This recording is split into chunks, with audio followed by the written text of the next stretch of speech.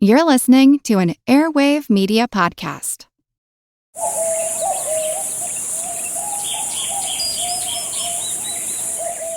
As a chef, I know flavor doesn't begin in the kitchen. It begins on the land. And Westhome's nature-led Australian Wagyu is a story written in the landscape of Northern Australia. Cooking is storytelling, and Westhome Wagyu carries a story of Northern Australia itself, raw, powerful, and deeply authentic. It's a testament to the passion and care raised in the rhythm of Northern Australia. I'm Chef Maylin from 88 Club in Los Angeles, and I invite you to visit westhome.com/Maylin to learn more and taste a story only Westhome nature-led Australian Wagyu can tell. That's westholme.com/MEILIN. Whether it's a movie night or just midday, Skinny Pop is a salty snack that keeps on giving. Made with just 3 simple ingredients for an irresistibly delicious taste and a large serving size that lasts. Deliciously popped, perfectly salted. Skinny Pop, popular for a reason. Shop Skinny Pop now. This episode is brought to you by our Patreon members. Thank you so much. Join our Patreon for extra episodes, interviews, extra content, and to help support the podcast and help us continue to do the work we do. Go to patreon.com/ancienthistoryfangirl to learn more. I mean, all rules are made to be broken, right?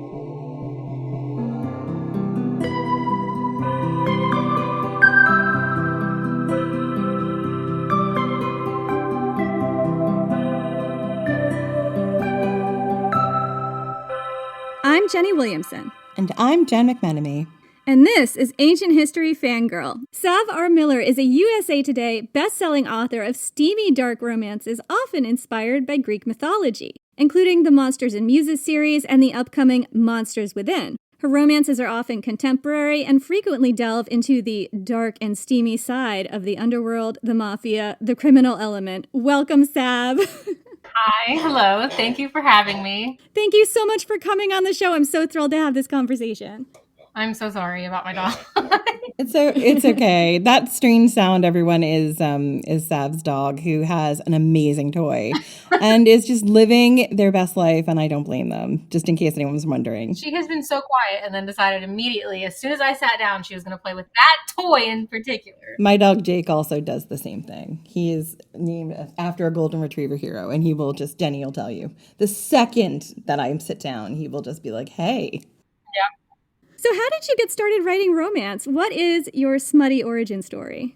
My smutty origin story. So I've been writing pretty much consistently since I was about 8 years old. I would just write like in my journal during class. I would write whatever. I started writing, I think, like legitimate fiction stories in middle school, and I would write them in my notebooks whenever I had any kind of free time and would give them to my friends to read. They'd be all like excited, but then I had never ever finished a book.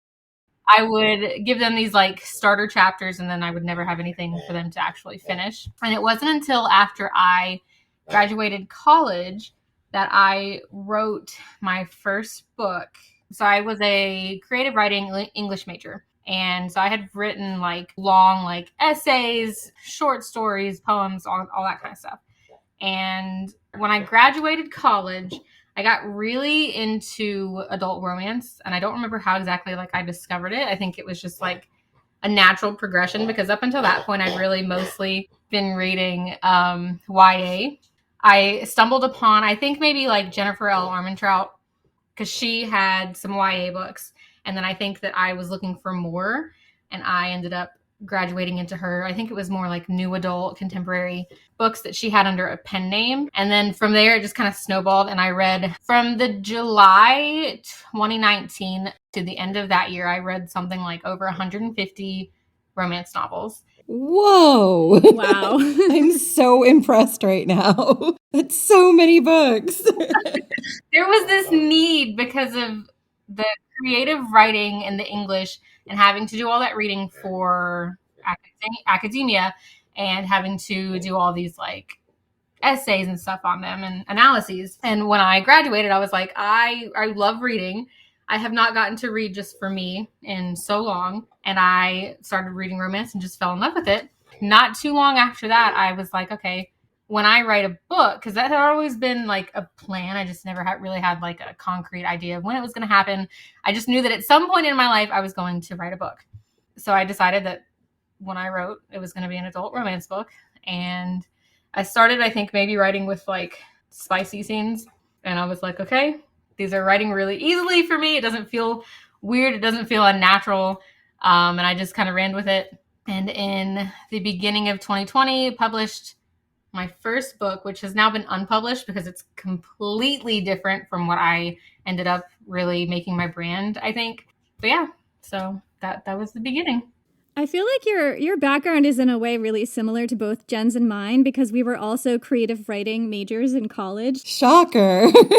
And I can't speak for you, Jen, but I know this is true for me. All I wanted to do was write smut. That was all I wanted to do. I've been reading it since I was like 14, and I was pretty sure that was my calling, you know? But it's so funny because, and I don't know if it's across the board, but where I went to school, at least, no one else was reading romance or writing it. So I was, alone in that. And I was like, okay, this is such a popular genre. I can't believe that there are not more, which in my capstone class for the creative writing major was a really small class. I had like 12 people in it, but I didn't know anyone other than like maybe a few people that I'd gone to school with, like in middle school and high school, who read romance at all.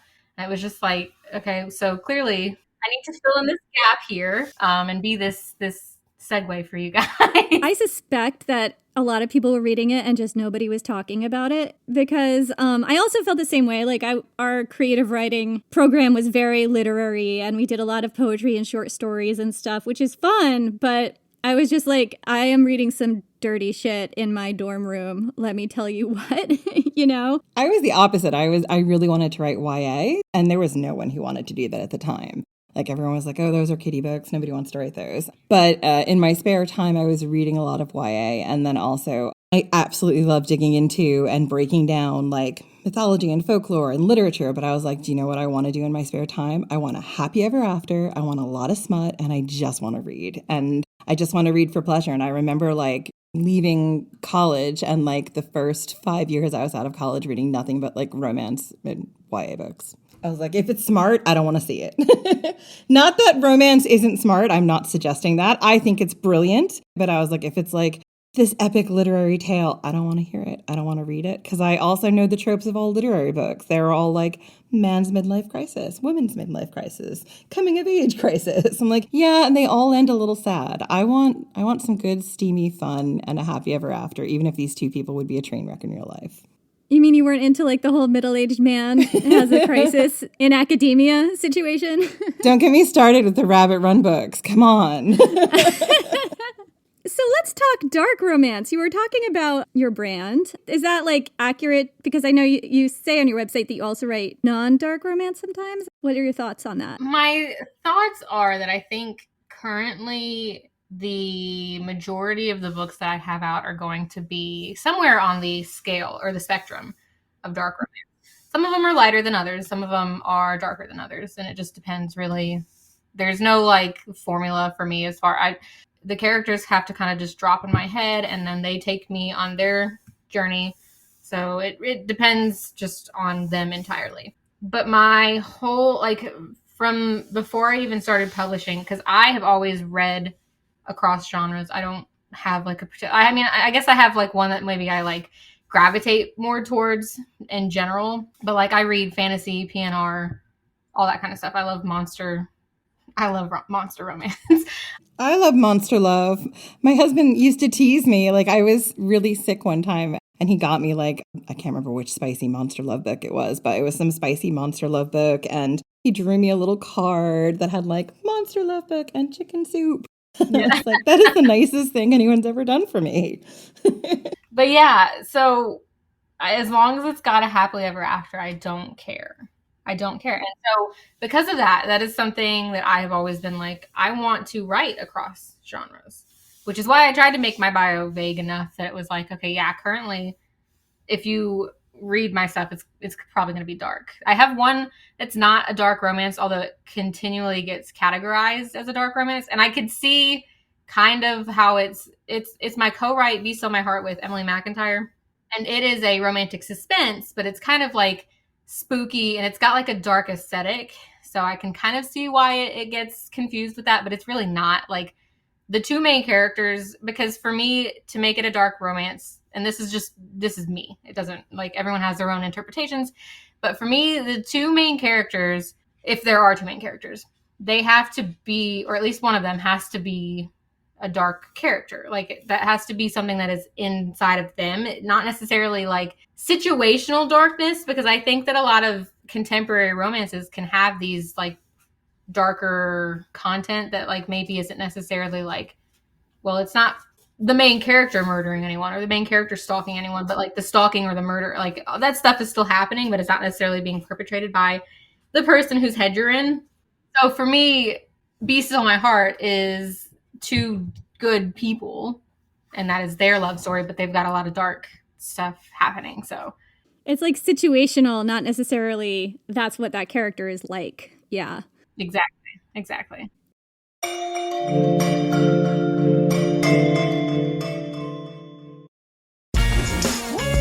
Refreshing wild cherry cola meets smooth cream. The treat you deserve. Pepsi Wild Cherry and Cream. Treat yourself. Start your day with Quaker Protein Instant Oatmeal. The instant oatmeal ready to help you tackle whatever your day brings. Like wrangling your toddler into their car seat. That was fun. Coaching your 6th graders soccer team. Go girls! And carrying all the groceries in one trip. Whew.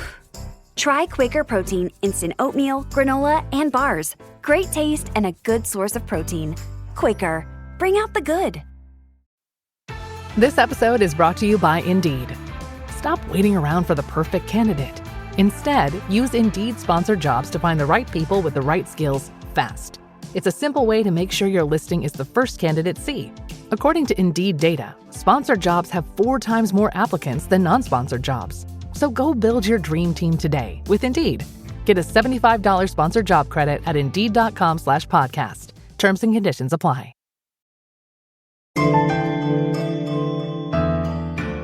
That was actually basically answering this question, but I'm going to ask it anyway, just to see if there's more that you want to expand on, because I know that I struggle with this a little bit. Like, I have a book coming out that's also a romance, and I gravitate towards dark romance. I read a lot of dark romance. I'm trying to figure out if what I'm doing is writing dark romance right now. I'm like, I'm not sure. I think so. But what really makes a romance dark in your opinion? Like, what's that demarcating line? So yeah, for me, it has to be the characters. And I don't know if it's because I read both, and I was reading both the dark and just contemporary, like alongside each other when I guess first started my whole romance journey. And then I was reading some really, really like pitch black dark stuff. And then I would also read like rom-coms and stuff.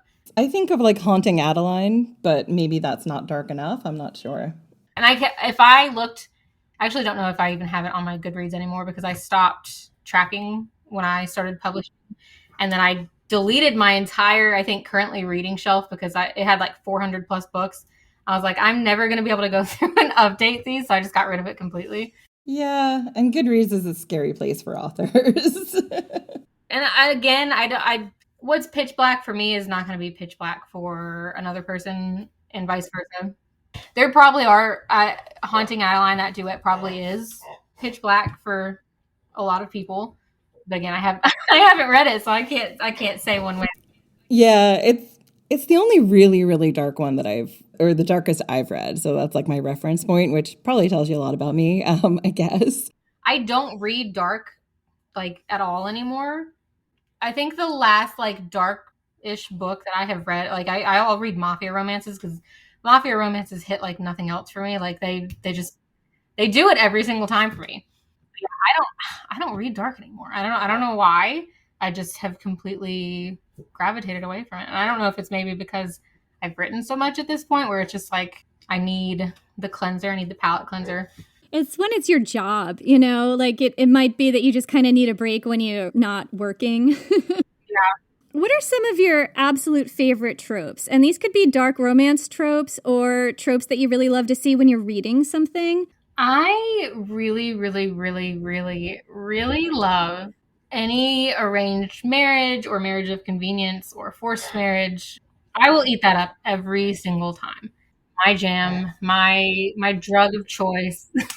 I have multiple books with those situations. I love it so much. Yeah, definitely that one is top. I think probably my favorite if I had to pick. I also really love age gaps, and I really love the pregnancy trope, which is interesting because in real life, not about that, not about pregnancy in any form. Like, I don't want to hear about it. But I will eat it up in a book every single time. That is so funny because I decided when I was starting to write my book that I was like, nobody gets pregnant in any of my books, I think is a rule. Although I don't want to spoil it. I maybe shouldn't say anything else. Noted. Yeah, don't say anything else because you can't keep these promises to yourself as an author, you know?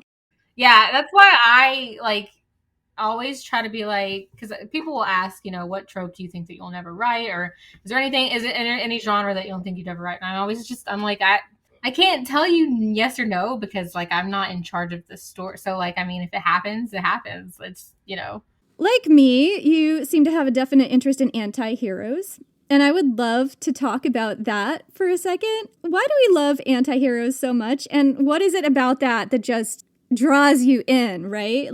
What is it about the villain hero? That's what I'm talking about. Please explain myself to me because I love that. For me, it's the passion and the intensity and the whole, I will burn the world down to get whatever it is that I want. I will burn the world down to keep you safe.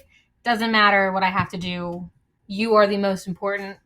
Well, when it comes to romance, obviously, sometimes villains have other goals, but the anti-heroes in romances are always, they're so passionate, so intense, so literally will burn the world down to keep you safe, get you back, avenge you. They'll do whatever they have to do.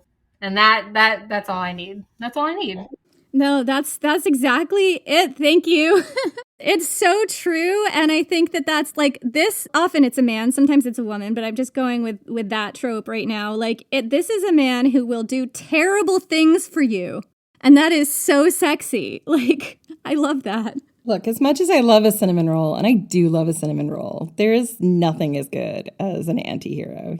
So I also love cinnamon rolls, and I love the golden retrievers, the Dobermans. I feel like we need more morally gray golden retrievers. I want to write about that. That sounds amazing. What is that hero like? He's obsessed with so in this case, girl boy. It can apply to any kind of relationship dynamic, but for the sake of just how I'm describing it, golden retriever, he's obsessed with her. He's very loyal, very happy, charismatic, energetic, outgoing. And I especially love that pairing when it's golden retriever and black cat. I feel like, and I don't know, I'm sure there are morally gray golden retrievers as characters, but I cannot think of any off the top of my head. Brendan Fraser in The Mummy.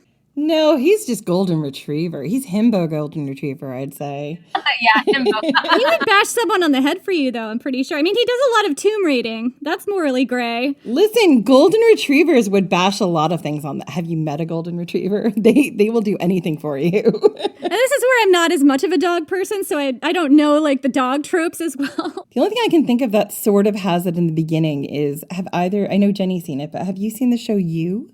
I haven't, but I do know. So it's very much a stalker sort of. The first third of the first season, you're like, oh, he's stalking her, but he really seems to care about her and wants to take care. And then it twists, Spoilers here, that is not a romance. It does not have a happily ever after. It does invert some tropes, but I wouldn't call it a romance, and I wouldn't want people going in expecting it to be romancy. Yeah, and he presents a little a very loyal golden retriever, sort of perfectly innocent, works at a bookstore, is really into knowledge, and then it all twists. But it's not a romance by any stretch, and it does a lot of playing with the darker side and the red flags that you see in romance.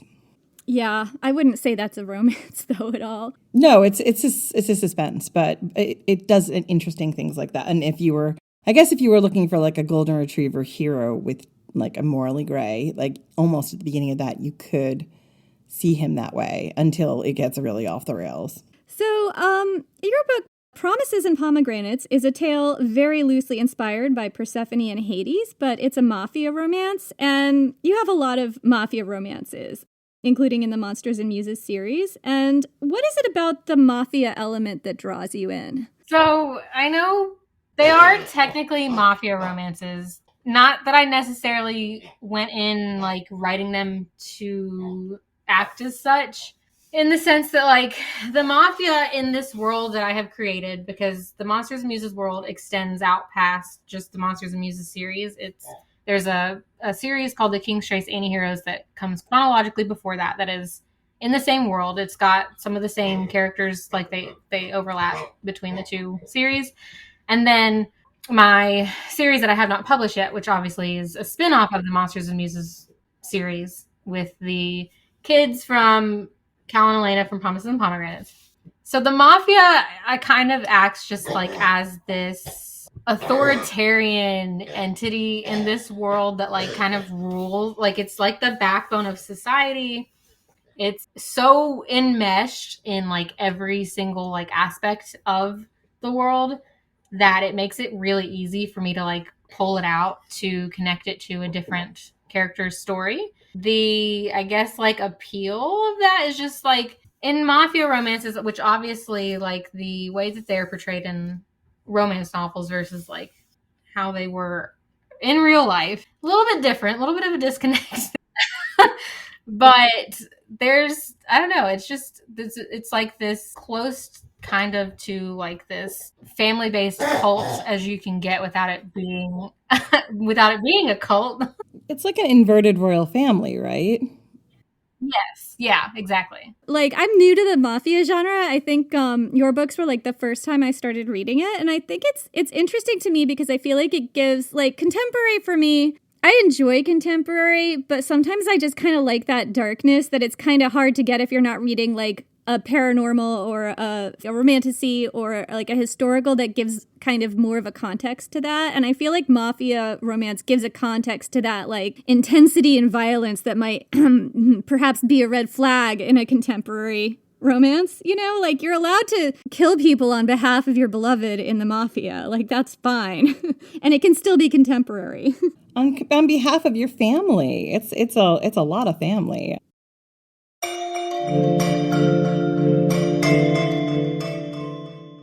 Pele, Hawaiian goddess of volcanoes, fire, and rebirth. Maeve, Celtic warrior queen and nemesis of heroes. Kiyohime, Japanese fire-breathing snake demon. Pesta, Norwegian spirit of the Black Death. Our book, Women of Myth, is a fascinating look at women and femme characters in world mythology, including goddesses, heroines, and monsters. With captivating illustrations by Ringo Award-nominated artist Sarah Richard, it's the perfect gift for the mythology lover in your life, including yourself. Find Women of Myth wherever books are sold. An all-new season of The Secret Lives of Mormon Wives is now streaming on Hulu and Hulu on Disney+. Mom Talk has just been blowing up. Whitney and Jen are on Dancing with the Stars. Taylor is a bachelorette. Saying that out loud is crazy. Like, that is huge. But all of the cool opportunities could pull us apart. It's causing issues in everyone's marriage. My whole world is falling apart right now. It's chaos. Watch the Hulu original series, The Secret Lives of Mormon Wives, now streaming on Hulu and Hulu on Disney Plus for bundle subscribers. Terms apply. Is there a baby in your life who's about to start solid foods? This can be such a confusing and stressful time. As a mom of 7, I really struggled with spoon feeding my oldest baby. But once I realized that babies can safely feed themselves real, wholesome foods using the principles of baby-led weaning, feeding the rest of my babies became an actually enjoyable experience instead of something that I used to dread. Hi, I'm Katie Ferraro, college nutrition professor and dietitian specializing in baby-led weaning, and I host the Baby-Led Weaning Made Easy podcast.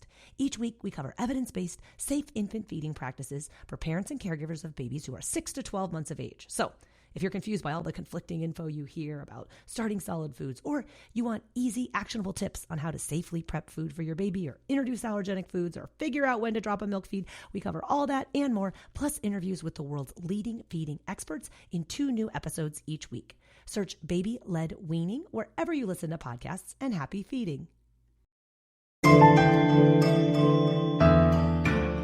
So let's talk redeeming qualities. I've read that even the darkest anti-heroes need what we call a save the kitten factor. Do you agree with this? And if so, what are some of your favorite save the kitten elements in dark heroes that you've read or written? Or do you believe that this is a rule that is made to be broken? I mean, all rules are made to be broken, right?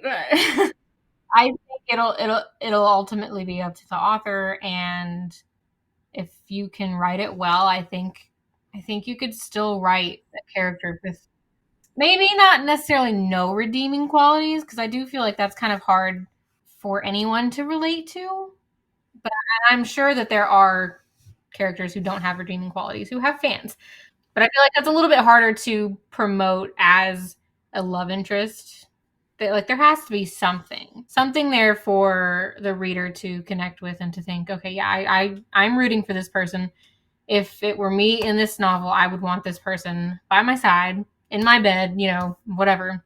For me, I like to make them really obsessive when it comes to the women or whoever their love interest is. Because like I said earlier about the appeal of the villain and the anti-hero is them wanting to burn the world down for the person they're in love with. That for me, I don't need you to have any other redeeming qualities. The save the kitten factor needs to be the beloved, right? That, it could be something else too, but specifically the beloved. That's it. That's all I need. No, I think that's it. I know in real life that I would not get along very well with some of the anti-heroes that I love in fiction. I would kill them or they would kill me within about 20 minutes. I'd be like, you need to stop worrying about what I'm doing so much. I don't want you tracking my phone. This is not cool. But I also know in fiction, I'm like, yeah, but it's so dangerous and it's so important and this is very sexy. So I get it. And I get the allure and the appeal of it because real life is boring. And it could you could maybe start out with if it's not a story that necessarily starts with the romance front and center, if maybe it's a slower burn. Because I've seen characters whose maybe their redeeming qualities are that they're really good with kids or really good with a certain kid, especially if that kid is related in some way to the love interest, or maybe they've got an animal that they really love and really care for, or people if it's a rich character who has staff or employees or housekeepers whoever, they treat them well, maybe, or they trust them, they treat them like human beings or part of their family or whatever else.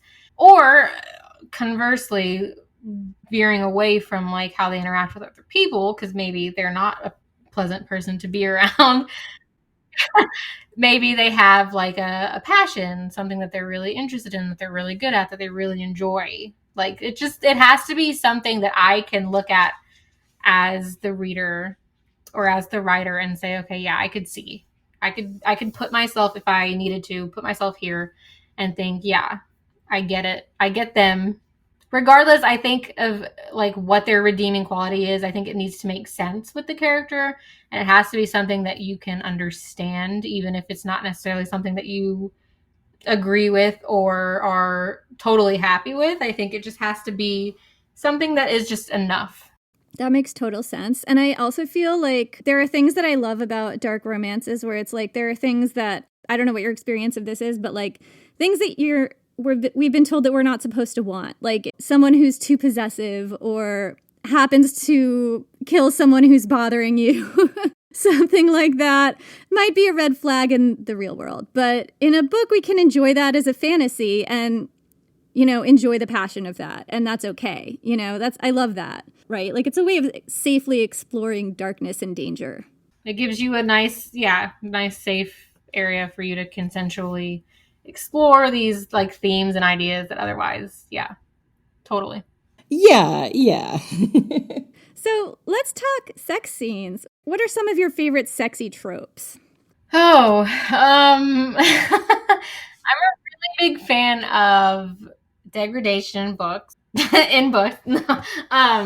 I praise is much harder for me to write. And not all of them have like explicit like either or. Some of them like it's just a mix, however they're feeling in the moment. But like Promises and Pomegranates is just a lot of degradation, and really, really love that one. And then it was so funny to go from writing Cal calling Elena like a cum slut, and to Aiden in the next book, Vipers and Virtuosos. He like, and I wanted him to, because one of the tropes was supposed to be like bully romance, and it is to a degree, but it was not to the degree that I was like, when I started writing it, I was like, oh, this is going to be great. He's going to be so mean to her. He's going to make her cry. And he does make her cry, I think. But like, anytime that I tried to write like what I was really, really wanting him to do, he would just like scale it back and be like, no, I can't be mean to, like, he just couldn't be mean to her. And it was so funny. I really want you to be like, we have expectations that we're building here. And he was like, I'm sorry, it's my save the kitten factor. And instead he just wanted to like call her pretty girl and like coach her through their first time together. And oh my, he was so sweet. And it was funny because I didn't think that I would like writing that after I had enjoyed writing the degradation so much, but I really enjoyed writing Aiden's stuff as well. So I really like degradation in my scenes. Not that I get to pick them, they pick themselves, but I also really like and it's funny because I don't like blood at all in real life at all, but I've got, I think, at least 3 books with some sort of blood play in them. Promises and Pomegranates, obviously there's a lot, it's whole book they're just bleeding. I'm a little bit blushy talking about this because I quite enjoyed those sex scenes. It's like, what kind of dirty talk do you want to hear right now? Like, do you want to be called dirty names all through this book, or do you want someone to be telling you you're a good girl all through the book, or do you want both at different times? Well, that's good. And I have you covered throughout the series. You walk that line very well, and yeah, I'm not a big fan of usually blood play, but I quite enjoyed the way you handled it in Promises and Pomegranates. Tell me more about blood play, because I've encountered that in, I think, a couple of other books before yours, and I want to know more about this trope. Like, what is it that draws you in with that? Like I said, the characters are completely driving their own inks, their own interests, their own whatever. So it's not something that I go into and I'm like, this one's going to have blood play in it. There's something very like raw and intense about, I think, the act of sharing bodily fluids like that on top. And not only like, it depends on the bodily fluid, because in Promises, obviously they're having to create their own wounds in order to access their blood. But then in later books, like in Arrows and Apologies, there is period sex. It's not full. He goes down on her period. So that's not him obviously creating any wounds in her. He's just doing with what's already there. And then I think in Liars and Liaisons, there's a scene where there's blood used as the lubricant. So, and I think, I'm trying to remember if she, you know what? I think she has cut him, and she reaches up, or he reaches up and uses it on himself. And that was really fun. I read that in like an older, like maybe 1990s, kind of off the wall historical recently, but this book was not recent. I'm like, oh yeah, I know that has happened in a book I read before where it wasn't like necessarily like, oh, this is a dark romance. It's like, no, this is just how they fuck. Oh God, yeah. Like, do you think that vampire romance is kind of blood play romance too? Oh yeah, definitely. Although with the, obviously, don't like use your romance books as like a guide, because that's not how I'm writing them. And actually, it's so funny because I think one of my annotations in the trad pubbed version of Promises and Pomegranates is literally like, don't try this out. Don't do what they're doing, please. They're not like, doing any of the safety protocol. Like this is not a safe thing for you to like pick up and be like, oh yeah, I could. Don't do it. Yeah. And I think with vampire romances, there's probably less of that like safety thought just because vampires don't exist. And so you don't really have to think, are we transmitting bloodborne pathogens? Like, are there any risks to sharing or tasting someone else's blood? Which for me makes the fantasy more exciting because you don't have to think about that. Right. Like it's a fantasy. Well, exactly. Like in real life, there are certain things like I find it really difficult to read like crime and thriller and suspense because I can't suspend my belief because I've seen way too much true crime. I'm like, no, you're going to get caught. And this is the 6 ways in which they're going to catch you. Maybe if it's set back in time. And I feel like it's kind of the same with like, certain things like blood play. I'm like, nope, don't want to think about what's in that blood. However, in a mafia romance, that's not going to happen in my life. I'm like, bring it on, please. I think with mine, I try to like kind of amplify like magical realism and stuff like that so that like there is like, yeah, all of this is plausible, I guess, to a certain degree, but it's also fiction and I want you to be aware of that. So I'm not writing an instruction manual.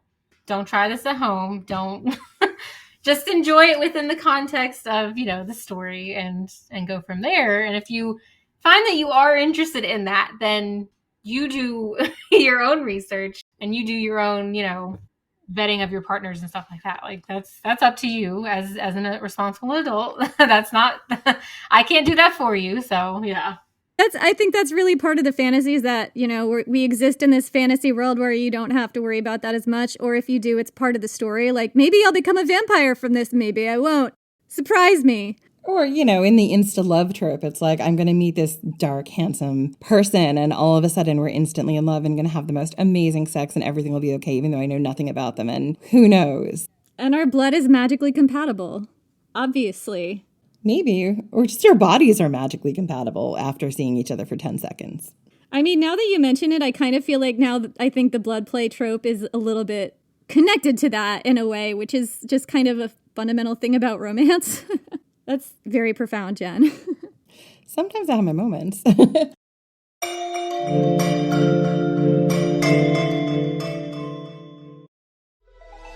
Experience a membership that backs what you're building with American Express Business Platinum. Enjoy complimentary access to the American Express Global Lounge Collection and a welcome offer of 200,000 points after you spend $20,000 on purchases on the card within your first 3 months of membership. American Express Business Platinum. There's nothing like it. Terms apply. Learn more at americanexpress.com/business-platinum. It's time to throw your lash curler away. Seriously, Lancome's new Curl Goddess Mascara keeps your lashes curled and volumized. From the pre-game to the after party, this fast-setting curl and volume mascara gives you up to 30 hours of wear with no way down. You know what? Curls really do have more fun. Shop Lancome Curl Goddess Mascara now on Amazon. No one hates history, they just haven't found the right teacher yet. Or in this case, a nerdy best friend who loves to tell you all about world history, women's history, and weird history. Hi, I'm TK, the creator of For the Love of History podcast, a place for people who want to learn more but don't know where to start, and history lovers who want to break from the mainstream. From rat trials to warrior women, we cover topics from every country and era. Whether you're a history expert or just starting out, there's a place for you here in the Time Machine. So join me every Friday on your favorite podcast platform and YouTube for a brand new topic. See you there. Bye.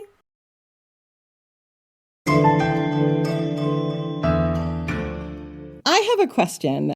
What is the enduring, fascination? I'm your Greek myths girl. I'm such a nerd, and Jenny can tell you it's painful. But what is the enduring obsession and love of the Hades and Persephone myth? To be honest with you, I don't know. Because when I wrote Promises and Pomegranates, I had no idea that it was a thing. Like, I knew what I was writing, and I knew Lore Olympus. I had read Lore Olympus I think I started years ago when the first volume was just a webtoon only.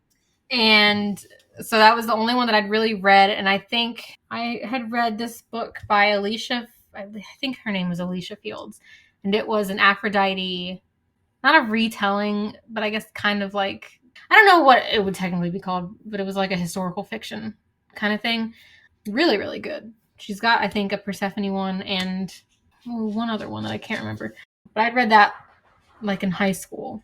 So when I did when I did Promises and Pomegranates, Lore Olympus was the only one that I really knew. And then I knew of Scarlett St. Clair's Hades and Persephone series, which I think at the time was like 1 or 2 books at that point. But I had no idea. I didn't know about like neon gods. I didn't know that there was this whole subset of people who were rabid for Hades and Persephone style stories. So when I wrote Promises and Pomegranates and then started promoting it as a Hades and Persephone retelling, and like people latched onto it and they were like, oh my God, I want this. Please make this cover beautiful, blah, blah, blah. Because I was promoting it before I had revealed the cover. And it was terrifying because at that point, like, I didn't have very many readers. I had a decent, nice little readership for my first series. But it was nothing compared to what I was about to stumble into. And after that, like, it opened my eye. And like, ever since, I've just seen Hades and Persephone this, Hades and Persephone that. And I sometimes wonder where we went wrong.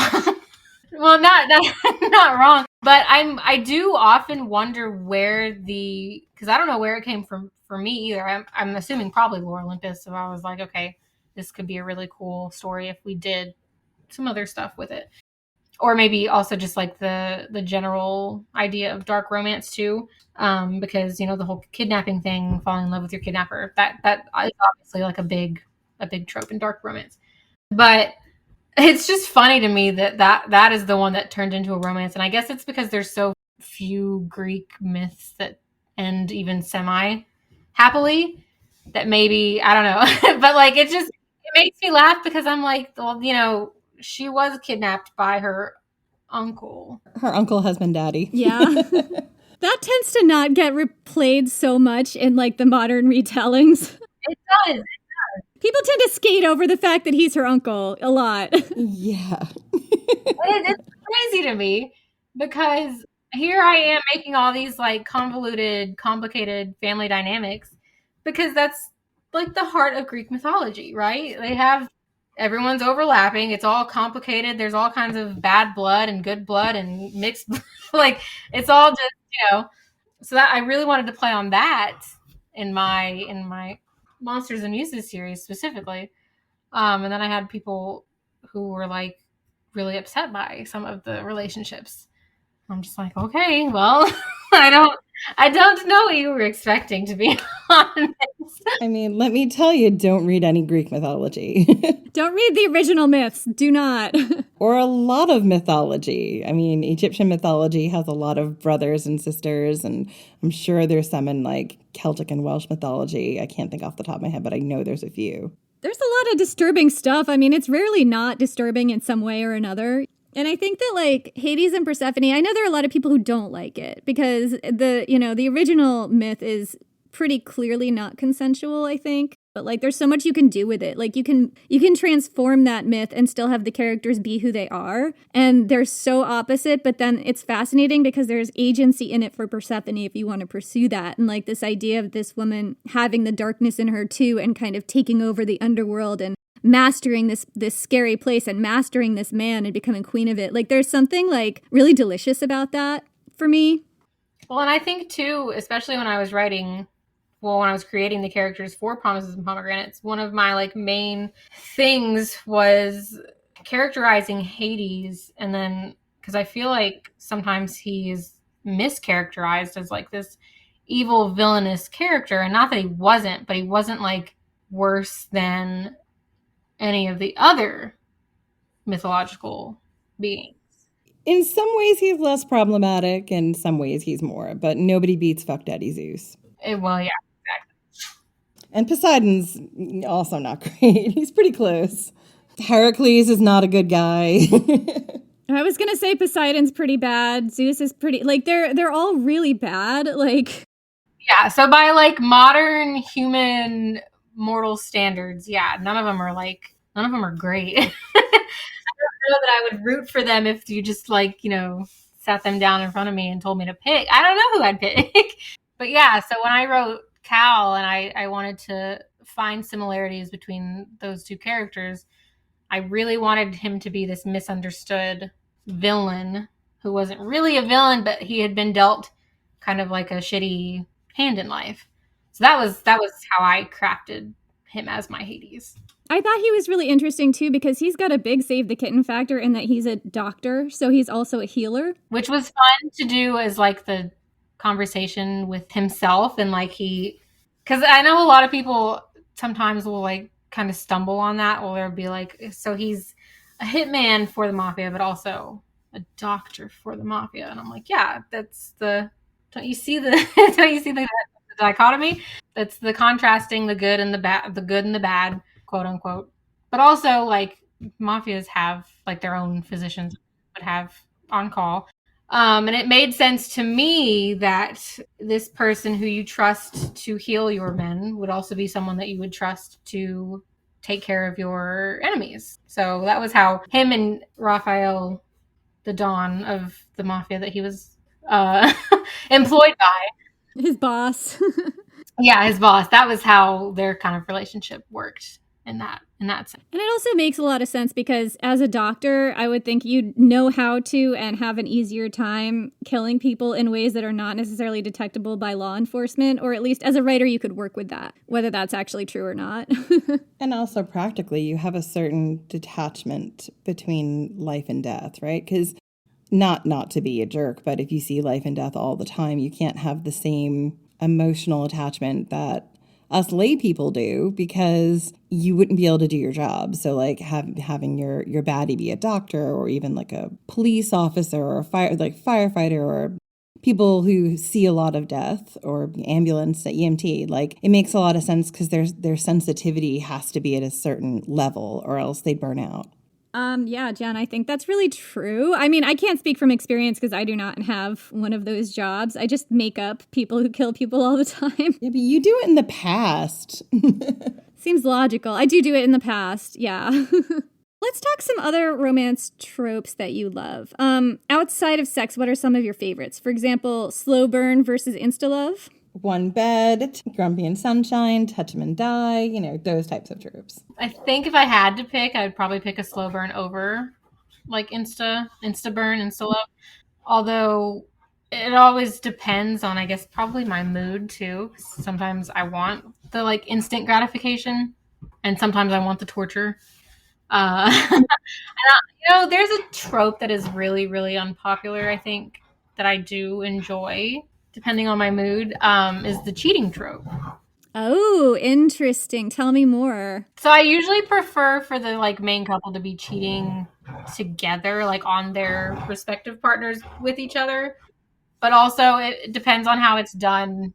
But I will also sometimes enjoy if she's the other woman or if he's the other man. I don't feel like I read the other man as much as I read the other woman. But I love the drama. So it's like he's married to someone else, but he's cheating with the love interest. Yeah. I don't know, like, if she's married to someone else, but she's cheating with the guy, assuming this is hetero, right? Like, yeah, I'm trying to think if I've ever read that. I can't think if I have. Like, I've read a lot of sort of why choose where there's people having sex with multiple people and there's multiple love interests. Do you enjoy that? I have. I don't think I've read any in a long time. But that is one that I have read. And I do like polyamorous, like, not necessarily why choose, but like if there's, oh God, I'm trying to think of what these acronyms are, but like if it's like MMF or MFM or FFM, yeah, I like those relationship dynamics. Also, honestly, I'm not picky. If I'm in the mood for it, if I can read anything, if I'm in the mood for it. It's got to work for the characters too, right? You got to make me as the reader believe it. Same. I think for me, it's intensity. Like I've read Why Chooses where the intensity comes from this sense of like, you have like a queer throuple, right? Where there's a guy and two women and the guy is saying like, I'm not threatened by this. And like the strength and the sexiness is in not being threatened. And I've read lots of romances where there's a lot of possession and jealousy and like there's an intensity there too. And I enjoy both of those things. It's just the intensity that gets me. You mentioned that Promises and Pomegranates is going to be coming out from a traditional publisher. What was your publication journey like? I self-published in 2021, I think. And it was my fourth book under this pen name as I was like taking this career more seriously. Because when I published and unpublished the first book I ever wrote, like I didn't know what I was doing. So it was just a mess. So when I published the first book in my King Straits Antihero series, I was like, okay, I really want to make this my career. I want this to be something I'm doing for the rest of my life. So I started taking it more seriously. So when I published Promises and Pomegranates, it was my fourth book. It was the beginning of a new series. And initially I had thought it was going to be part of my first series. It was going to be the last book in that one. But then when I started writing it, I think Cal and Elena were like, no, we need to be our own thing. We need to start our own thing.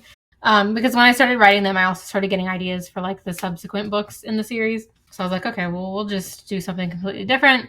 And the whole idea for the Greek myth inspired stories kind of came about. And then I had the cover made for Promises and Pomegranates and fell in love with it and was like, okay, this cover, like I got this like feeling, I don't know how to describe it. It was just kind of like a gut feeling that it was like, okay, this book, when I release this, it's going to change things. And it did. And it was absolutely terrifying because I knew it going in. And especially because like I had it up for pre-order. I could see numerically like it was already doing laps around what my previous series had done. And I was like, okay, so this is going to be really, really fucking scary.